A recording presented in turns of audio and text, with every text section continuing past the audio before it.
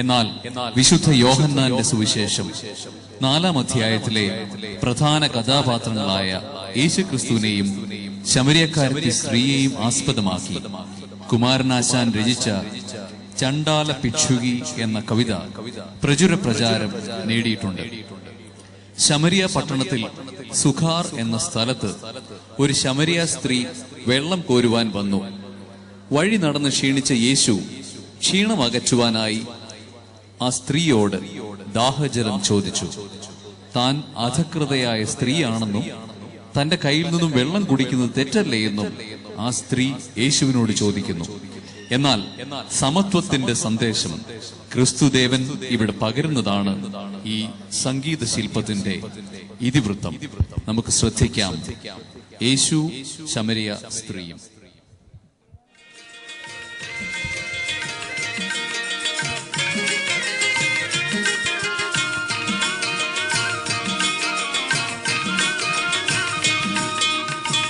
നട്ടുച്ച നേരത്ത് കിണറിന്റെ തീരത്ത് വെള്ളത്തിനായി ഞാൻ കാത്തിരിപ്പു.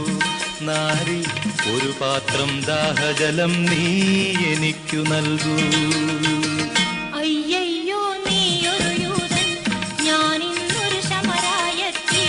ഞാൻ കോരിയ വെള്ളം തൊട്ടാൽ തീണ്ടലില്ലേ? ഞാൻ കോരിയ വെള്ളം തൊട്ടാൽ തീണ്ടലില്ലേ? അറിയുന്നില്ലേതും നീ എന്നോട് നീ ചോദിച്ചാൽ ജീവന്റെ ജലം കോരിത്തരുമല്ലോ ഞാൻ. ജീവന്റെ ജലം കോരിത്തരുമല്ലോ ഞാൻ.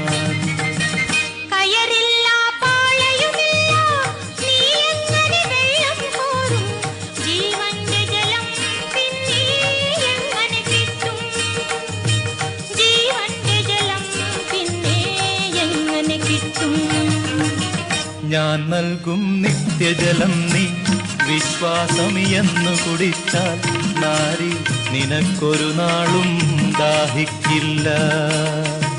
നാരി നിനക്കൊരു നാളും ദാഹിക്കില്ല. ആ ദിവ്യജലം നാഥ നൽകേണമെനിക്കൊരു പാത്രം. വീണ്ടും ഞാൻ വെള്ളം കോരാൻ പോരണ്ടല്ലോ. വീണ്ടും ഞാൻ വെള്ളം കോരാൻ പോരണ്ടല്ലോ. മഹിളെ നീ വീട്ടിൽ പോയി നീ കണവനെയും കൊണ്ടുവരൂ നീ. അപ്പോൾ ഞാൻ കോരി വിളമ്പാം ജീവന്റെ ജലം.